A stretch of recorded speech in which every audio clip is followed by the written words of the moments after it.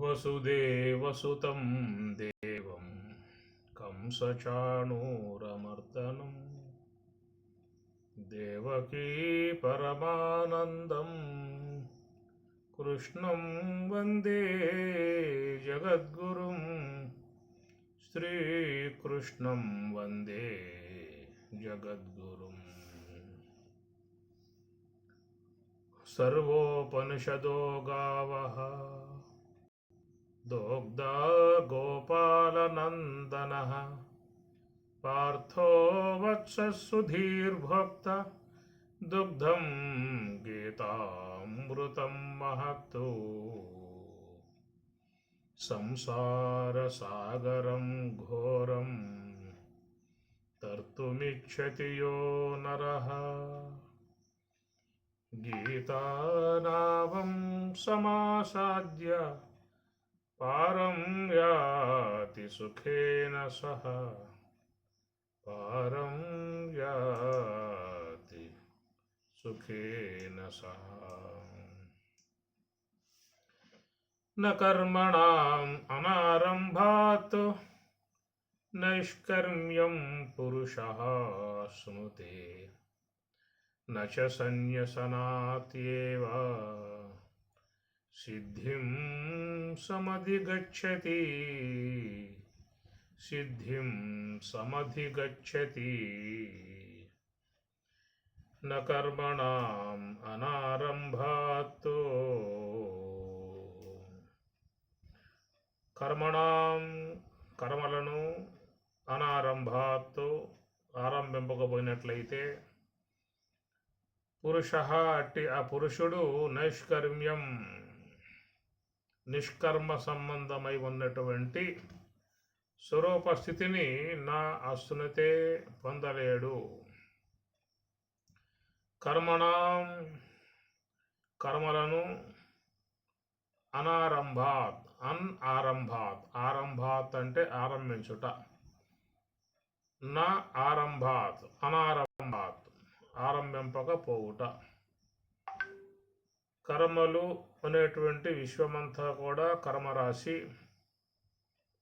నిత్య కర్మలు, నైమిత్య కర్మలు, పుణ్యకర్మలు, పాపకర్మలు, శాస్త్ర విహిత కర్మలు, శాస్త్ర నిషిద్ధ కర్మలు, సహజ కర్మలు, విధముగా నానా విధాయకాలుగా ఉన్నటువంటి కర్మలు.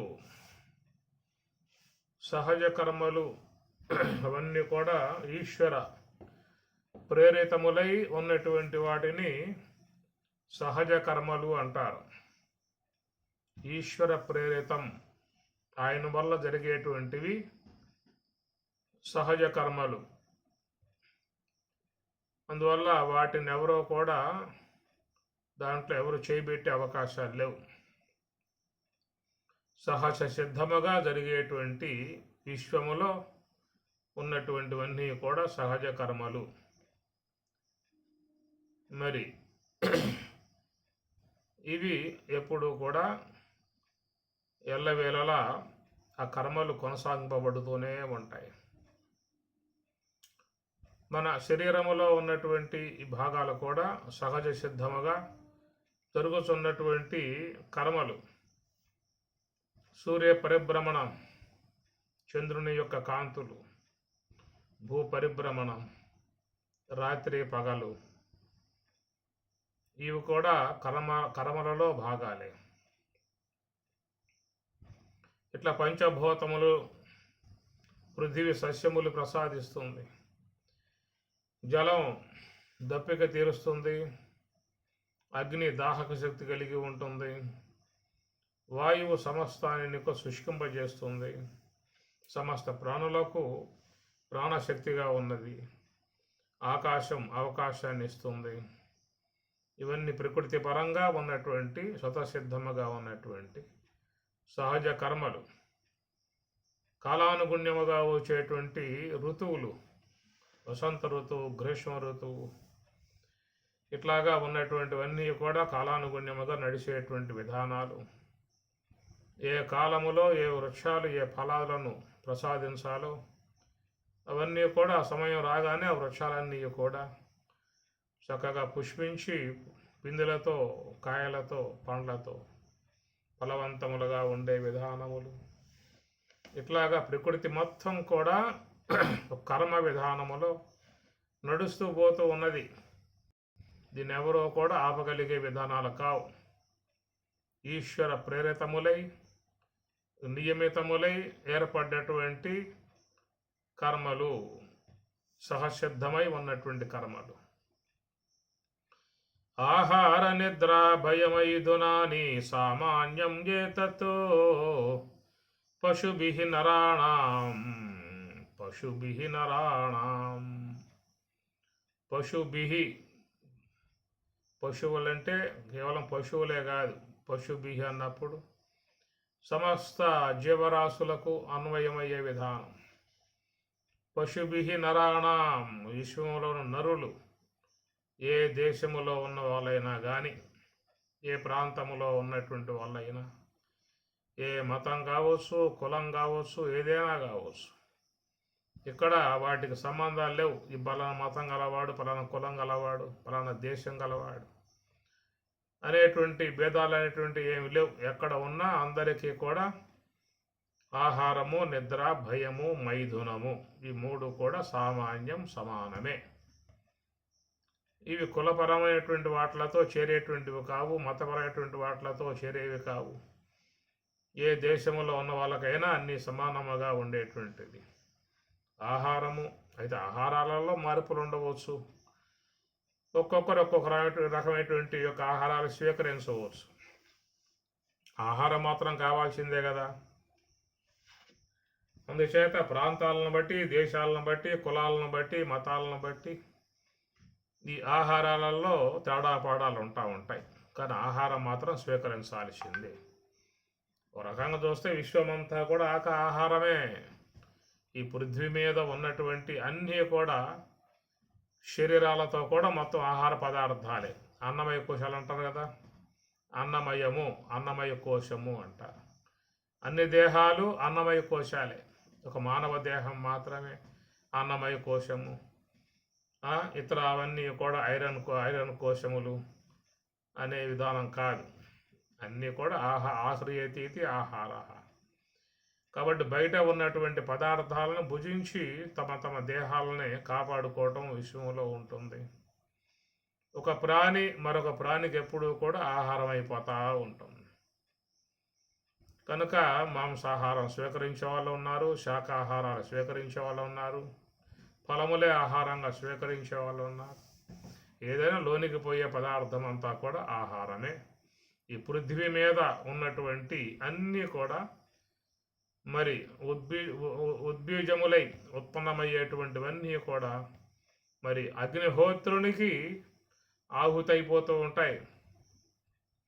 సమస్తాన్ని ఆయన స్వాహా చేస్తాడు అగ్నిదేవుడు. లోన ఉన్నట్టు జఠరాగ్నిగా ఉన్నటువంటి వైశ్వనరాగ్ని, ఈశ్వరాగ్ని అన్ని జీవుల్ని కూడా తనలో కలిపేసుకుంటూ ఉంటాడు. అందుచేత ఇప్పుడు కూడా మరి చూస్తే ఒక జీవి మరొక జీవికి ఆహారం అయిపోతుంది. ఒక ఆకుకూరలు తీసుకోండి, అవి కూడా వాటికి కూడా ప్రాణం ఉంటుంది, వాటికి కూడా పెరిగే విధానాలు ఉంటాయి. కాబట్టి ఈ ప్రకారముగా లోకంలో జీవహింస అనేది లేకుండా ఎవరో కూడా బతికే అవకాశాలు లేవు. పరమాత్మ కూడా చెప్తాడు, ఎట్లయితే అగ్ని ధూమరహితముగా ఉండదో, ధూమం లేకుండా ఎట్లయితే ఉండలేదో, అట్లాగా లోకంలో జరిగేటువంటివన్నీ కూడా దోషంతోనే ఉన్నటువంటి విధానాలు. దోషాలు లేకుండా ఏది కూడా ఉండదు. ఎంత శుద్ధంగా మేము ఉన్నామని చెప్పి అనుకుంటాం, కానీ ఎన్నో దోషాలు మరి సూక్ష్మదేహంలో ప్రవేశించే విధానం ఉంటుంది. మనం ఈనాడు స్వీకరించేటువంటి ధాన్యాదులు మరి మనకు చక్కగా ఆహారంగా తీసుకుంటున్నాము అంటే రైతు ఎన్ని జీవుల్ని పురుగు మందులతో చంపి ఆ వడ్లను కాపాడుకుంటూ వచ్చాడు. కనుక ఆ వడ్లను బాగా మరకబెట్టించి బియ్యముగా మనం చేసుకుని బాగా కడుక్కొని వండుకొని తింటున్నాము అని చెప్పానంటే ఎన్నో జీవులు హతం కావడం వల్ల మనకి పదార్థం వచ్చింది. అందువల్ల లోకంలో దోషం అనేది లేకుండా ఏది కూడా లేదు అనేటువంటి విషయము. ఆహార నిద్ర, నిద్ర నిద్ర కూడా సామాన్యం అన్నాడు. అన్ని జీవులకు నిద్ర ఉంటుంది. పగలంతా మేలుకొని ఉంటాయి, రాత్రి నిద్రపోతూ ఉంటాయి. సృష్టిలో అన్ని జీవులకి సమానమే ఆహార నిద్ర. భయమైధునాని, భయము కూడా. ఎందుకంటే భయం అనేది జీవితానికి అవసరం. భయం ఉంటేనే ప్రాణాన్ని కాపాడుకునే అవకాశం ఉంటుంది. అంటే అస్తమానం భయపడుతూ ఉండమని చెప్పి అర్థం కాదు. భయం ప్రాణరక్షణ అన్నమాట. కాబట్టి దానివల్ల కొంతవరకు మానవుడు సేఫ్ అయ్యే అవకాశం ఉంటుంది. ఆ భయపడే విధానం ఉంటుంది. కాబట్టి ఎప్పటికప్పుడు కొంతవరకు జాగ్రత్తలు తీసుకునే విధానం అనేది ఉంటుంది. భయం ఉన్నప్పుడు జాగ్రత్తలు తీసుకుంటాం. అందువల్ల ఈ భయం అనేటువంటి స్వతసిద్ధముగా, సహజసిద్ధముగా, నిర్మాణాత్మకముగా వచ్చినటువంటి విధానం. ప్రాణి తనను తాను కాపాడుకోవడానికి భయపడే విధానం అన్నమాట. ఒక పిల్లి ఎలుక ఏమంటే పడ్డప్పుడు అది భయపడి పారిపోతుంది. ప్రాణం కాపాడుకోవడానికి ఆ భయాన్ని అది ఆసరాగా చేసుకుని తన ప్రాణం కాపాడుకుని పరిగెడుతూ ఉంటుంది. మనం చూస్తూ ఉంటాం అరణ్యాల్లో కూడా లేడులు, దుప్పెలు, ఇతర జీవులన్నీ కూడా పులుల బారి పడుతూ ఉంటాయి. అవి ప్రాణం కాపాడుకోవడానికి శతవిధాల ప్రయత్నం చేస్తే పరుగులు చేస్తూ ఉంటాయి. చివరికి ఆ పులికి, సింహాలకి అవన్నీ కూడా ఆహారం అయిపోతూ ఉంటాయి. అట్లాగా మరి భయం అనేది స్వతసిద్ధముగా ప్రతి ఒక్క వ్యక్తిలో కూడా ఉంటుంది. భయం లేకుండా ఎవరో కూడా ఉండే అవకాశాలు లేవు. అది స్వతసిద్ధంగా నిర్మాణం చేయబడింది భయం అనేటువంటిది. ఏమి అస్తమానం భయపడగరా అని చెప్పి అంటూ ఉంటారు మామూలుగా. కానీ అంత భయానక విధానాలను పొందాల్సిన అవసరం లేదు. కానీ భయం అనేది మాత్రం జీవితంలో ఒక అంశముగా చేరి ఉన్నటువంటిది. ఆహార నిద్ర భయ మైథునాని అన్నాడు. మైథునము అంటే మిథున ప్రక్రియ. సమస్త జీవుల నిర్మాణాత్మకముగా ఉపకరించేటువంటి యొక్క అంశం మైథునము అనేటువంటిది. సకల జీవులకు సర్వేశ్వరుడు ప్రసాదించినటువంటి ఒకనొక జీవ సముదాయాన్ని ఉత్పన్నం చేయటానికి, నిర్మాణం చేయటానికి, లోకంలో జాతులను పెంపొందింపజేసుకోవటానికై సర్వేశ్వరుడు ఏర్పాటు చేసినటువంటి యొక్క అంశమే మిథున ప్రక్రియ, మైథున ప్రక్రియ అనేటువంటిది. జీవితంలో అది కూడా సామాన్యము అనే దాంట్లో ఉత్తర గీతలో సోమవారం ఆ విషయం చెప్పుకొస్తారు. సామాన్యం. ఎందుకంటే ఆహారం భుజించినప్పుడు ఆహారాన్ని వైశ్వనరాగ్ని పశామ్యన్నం చతుర్విధం అని చెప్పని అంటాడు. ఈ విధముగా చతుర్విధం 4 రకాలు అని చెప్పి అన్నాడు. దాంట్లో ఎన్ని రకాలు తీసుకున్నా కానీ మొత్తం సర్వేశ్వరుడు లోపల జఠరాగ్ని రూపముగా ఉండి ఆహారాన్ని పచనం చేసే విధానం ఉంటుంది. ఆహారం అట్లా పచనం అయిన తర్వాత అట్టి ఆహారం నుండి వేరు రసాయనాలు కూడా సర్వేశ్వరుడు నిర్మాణం చేసుకుంటాడు. లోపల వాత, పిత్త, శ్లేష్మాలతో పాటు అనేక రసాయనాలు ఆయా అవయవాలకి ఉపయుక్తముగా ఉండేటువంటివన్నీ కూడా తయారు చేసుకుంటాడు. ఆ తర్వాత దాన్ని రక్తముగా ఆయన గారు మార్పు చేసుకోవటం అనేది జరుగుతుంది. ప్యాంక్రియాస్ అనే యంత్రం పెట్టాడు సర్వేశ్వరుడు. దాని ద్వారా ఇన్సులిన్ అనేటువంటి ద్రవాన్ని ఉత్పన్నం చేసి తిన్నటువంటి యొక్క ఆహారం చక్కెరగా మారిపోయినప్పుడు దాంట్లో ఆ ప్యాంక్రియాస్ ద్వారా ఉత్పన్నమయ్యేటువంటి ఇన్సులిన్ అనేటువంటిది 2-3 బొట్లు దాంట్లో పడితే అది మళ్ళీ చక్కెర అనేటువంటిది రక్తంగా పరిణమించి దేహానికి శక్తినిచ్చే విధానం ఉంటుంది. అలాగా మరి ఆ రక్త కణాల నుంచి మళ్ళీ సారవంతముగా ఉండేటువంటి జీవకణాలని సర్వేశ్వరుడు తయారు చేస్తూ ఉన్నాడు. జీవకణాలు తయారు చేసే ఫ్యాక్టరీ మానవ దేహము. అనేకమైనటువంటి యొక్క జీవకణాలను తయారు చేసి శరీరమంతా కూడా ఆయనగా నిశ్శబ్దం చేస్తాడు. దేహమంతా కూడా స్త్రీ కానీ పురుషుడు కానీ శరీరమంతా నకశక పర్యంతం జీవకణాలన్నీ కూడా వ్యాపకమై ఉంటాయన్నమాట. అట్టి వ్యాపకమై ఉంటాయి కాబట్టి సర్వేశ్వరుని యొక్క నిర్మాణ విధానములో మరి ప్రకృతి పురుషులు, ప్రకృతిం పురుషం చైవ క్షేత్రం క్షేత్రజ్ఞం ఏవచ.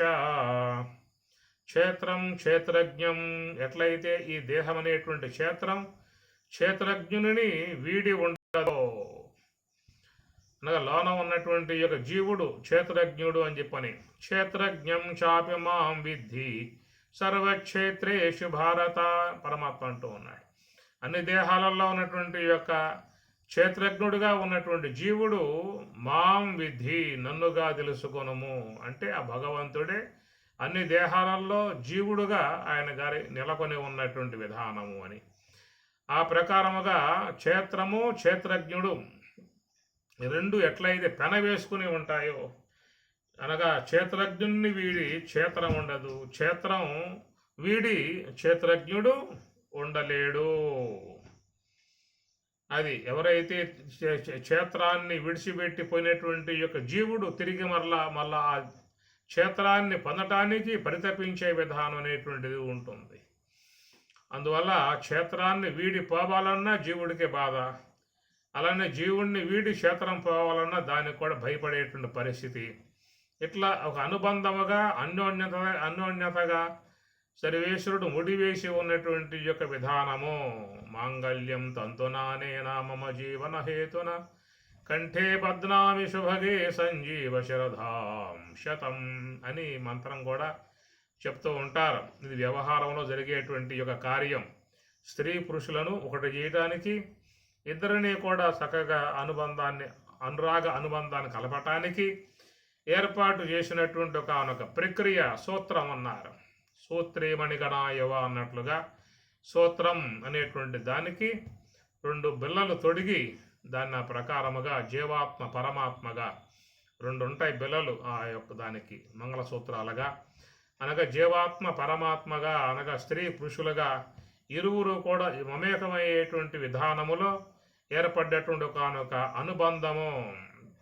దాన్ని అదంతున మమ జీవన హేతున కంఠే బద్నాభిషవగే సంజీవ శరధాం శతం అని చెప్పి అన్నట్లుగా ఆ కంఠమునందు 3 ముళ్ళతో ముడివేసినటువంటి యొక్క అనుబంధం ఏమి అనగా ఆ యొక్క ఉదాన వాయువే బయటికి సాగితే ప్రాణము అని, లోనికి ముడుచుకుంటే అపానము అనే మాటగా చెప్తూ ఉంటారు. కాబట్టి బయటకు వచ్చినటువంటి యొక్క శ్వాస బయట ఆగుతుంది బహిర్కుంభకము, లోనికి పోయిన శ్వాస లోపలాగుతుంది అంతఃకుంభకము. ఆ ప్రకారముగా ఉన్నటువంటి యొక్క శ్వాస కంఠమునందు ముడివేయబడి ఉన్నది, అది సహజ కుంభక విధానము అంటారు. ఈ ప్రకారముగా బహిర్కుంభకము అంతఃకుంభకాలు కలుపుకుంటే సహజ కుంభకముగా ఉన్నటువంటి యొక్క స్థితి ఉదాన వాయువు కాడ అక్కడ మరి ఉదాన కంఠదేశస్థ అన్నారు. ఉదానం కంఠమునందు ఉంటుందని చెప్పేసి అది సహజ కుంభక విధానముగా ఉండేటువంటిది. ఉదానం పరబ్రహ్మ స్వరూపముగా కూడా భావించే విధానం ఉంటుంది. అంటే పరబ్రహ్మ స్థలమునందు ఈ 3 ముళ్ళతో కట్టబడ్డటువంటి ఈ త్రాడు, ఈ శ్వాస అనేటువంటి త్రాడు అన్నమాట. ఆ త్రాడు అనేటువంటిది క్షేత్రజ్ఞం క్షేత్రం ప్రకృతిం పురుషం. కాబట్టి ప్రకృతియగు దేహము పురుషుడకు జీవుడు ఇరువురికి కూడా ఒక అనుసంధానం కలగజేసింది ఈ 3 ముళ్ళ బంధం. అది ఇది సర్వేశ్వరుడు ముడివేసినటువంటి యొక్క బంధం. ఏమి లోకంలో కట్టుకునే అన్నీ కూడా వాళ్ళందరూ కూడా వాళ్ళు విధానంగా ముళ్ళు వేసుకునే విధానం ఉంటుంది.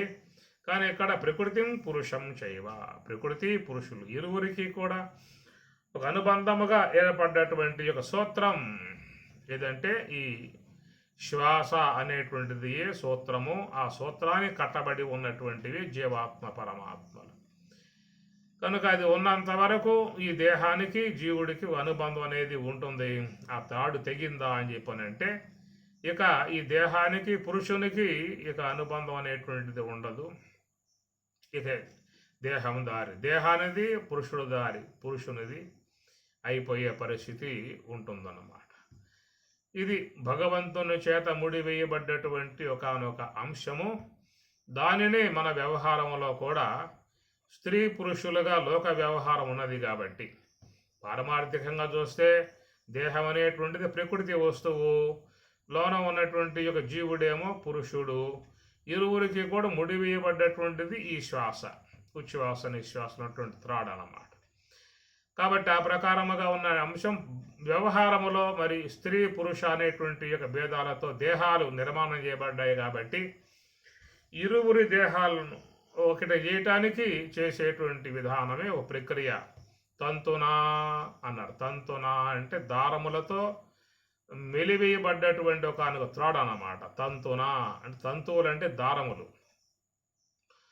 రెండవ తంతున అంటే తంతున అనేది ఒక రకమైనటువంటి ఒక వ్యవహారం అన్నమాట. రెండింటికి అర్థం వస్తుంది. తంతు అంటే వ్యవహారానికి కూడా అర్థం వస్తుంది. అనగా ఈ యొక్క మరి మానసికమై ఉన్నటువంటి ఒక అభిప్రాయాలతో ఇరువురు కూడా ఏకం చేసే విధానముగా ఉన్న భాగాన్ని అది తంతువు అంటారు. తంతువు జరిపారా అని చెప్పి అంటూ ఉంటారు. కాబట్టి ఆ ప్రకారముగా అదొక తంతు అన్నమాట. అదొక వ్యవహారం, ఇరువురిని కూడా కలిపే విధానముగా ఏర్పడ్డటువంటిది.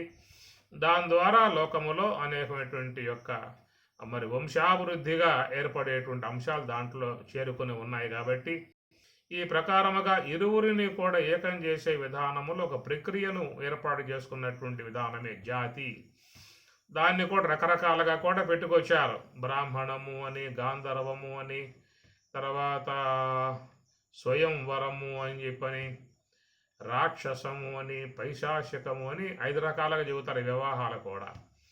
బ్రాహ్మణము అని చెప్పనంటే ఆ కుటుంబం ఈ కుటుంబం వాళ్ళు కూర్చొని మాట్లాడుకొని తాంబూలాలు మార్చుకొని లగ్నాలు పెట్టుకొని స్వశాస్త్రీయంగా జరుపుకునేటువంటి యొక్క భాగాలని బ్రాహ్మణము అనేటువంటిదిగా చెప్పుకొస్తారు.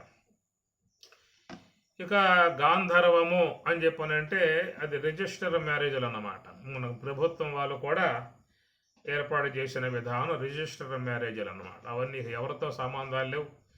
ఇరువురు కలిసి మరి మైనారిటీ తీరిన తర్వాత ప్రభుత్వం వారికి దగ్గరికి వచ్చి మేము ఇద్దరం కూడా మనసులు కలుపుకున్నామండి, కాబట్టి ఇద్దరం కలిసి జీవించే విధానంగా మేము భావించుకుంటూ ఉన్నాము కనుక మాకు మీరు భరోసా కలగజేయాలని చెప్పేసి అని వారు కోరుకున్నప్పుడు ఈ ప్రభుత్వం వాళ్ళే సంతకాలు తీసుకుని అక్కడే పూలమాలను మార్పింపజేసి మీరు ఇరువురు కూడా చట్టపరమైనటువంటి విధానంగా వైవాహితులు అని చెప్పేసి అని చెప్పి పంపించే విధానం ఉంటుంది. అది గాంధర్వ వివాహము. అప్పట్లో ఇవి ఉన్నాయా అని చెప్పి అనుకోమాకండి. శంతనుడు కూడా ఆ విధంగా వచ్చినప్పుడే శంతనుడు శకుంతల దుష్యంతులు మరి ఆ విధంగా వచ్చినప్పుడు అమ్మాయి ఇద్దరు కూడా మనసులు కలిసినప్పుడు కన్వ మహర్షి ఎక్కడికో ఏదో పోగా ఇరువురు మనసులో కలిశాయి. అందువల్ల మరి వాళ్ళు కూడా గాంధర్వ వివాహం అని చెప్పనంటే పంచభూతాల సాక్షిగా అని అంటారు. ఆకాశము, వాయువు, అగ్ని, జలము, పృథివీ పంచభూతాల సాక్షిగా నేను చేపడుతూ ఉన్నాను కనుక నీవు నా యొక్క జీవిత భాగస్వామ్యముగా ఉండాలని చెప్పేసి అని ఇరువురు కూడా భాష చేసుకుంటారు. అట్లాగా కలిసిపోయేటువంటి ఆ విధానాలు అప్పటి కాలంలో ఉన్నాయి. ఇప్పటి కాలంలో రిజిస్టర్ మ్యారేజీలుగా మనం చెప్పుకుంటూ ఉన్నాం. అప్పటి కాలంలో ఇలాంటి ప్రక్రియ లేదనుకోండి, ప్రభుత్వ పరంగా హామీ ఇచ్చి చేసే విధానం ఏమి లేదు. అది మనస్సు యొక్క సంబంధ నమ్మకాల మీద చేరి ఉండేటువంటి విధానం. ఆ విధంగా దుష్యంతుడు ఆ కాలంలో శకుంతలని ఆ విధంగా పరిణయమాడి అనగా గాంధర్వ వివాహంగా చేసుకుని ఆ తర్వాత భరతుడు పుట్టిన తర్వాత కర్మ మహర్షి యొక్క ఆశ్రమంలో ఉండగా ఇక్కడ ఉంటాం నీకు ధర్మం కాదమ్మా అని చెప్పి ఆయన పంపించినప్పుడు ఆ తర్వాత నగరానికి వెళ్ళినప్పుడు ఆడ దుష్యంతుడు కొంచెం మరి ఆయన అన్నాడు ఎవరు నువ్వు అని చెప్పి అన్నాడు. ఇలాంటి మనకి కావ్యాలు ఇవన్నీ వస్తూ ఉంటాయి. ఆ తర్వాత ఆకాశవాణి చెప్పటంతో క్లారిటీ వచ్చేసింది, ఇద్దరికి కూడా కలిసిపోయారని చెప్పని అంటూ ఉంటారు. అదంతా కూడా పురాణ భాగాలలో చేరి ఉండేటువంటి యొక్క అంశాలు. ఈ ప్రకారంగా గాంధర్వ వివాహం అనేటువంటిది మనం పురాణాలలో కూడా చూస్తూ ఉంటాం. స్వయంవరం అనేది మరొకటి కూడా ఉంటుంది. అప్పట్లో రాజుల కాలం కాబట్టి మరి ఆ వధువు వచ్చినటువంటి రాజులను చూసి వాళ్ళని ఎవరైతే ఆమెకు ఇష్టమై ఉన్నారో వాళ్ళను మాల వేసి వాళ్ళను వరించే విధానంగా ఉండేటువంటిది. దాన్ని మరి స్వయంవర విధానముగా మరి ఆ కాలంలో ఉన్నది. రాముడు కూడా ధనస్సు విరిసే విషయంలో స్వయంవరం ఏర్పాటు చేసి జనక మహారాజు ఎంతోమంది రాజులు వచ్చి విఫలులు కాగా రామచంద్రుడు మాత్రమే ఆ ధనస్సును విరిసి సీతమ్మను చేపట్టిన విధానం కూడా అది కూడా స్వయంవరం కిందే వస్తుంది. ఆ ప్రకారముగా ఆ కాలంలో ఈ స్వయంవర వ్యవహారాలన్నీ కూడా జరుగుతూ ఉండే అన్నమాట.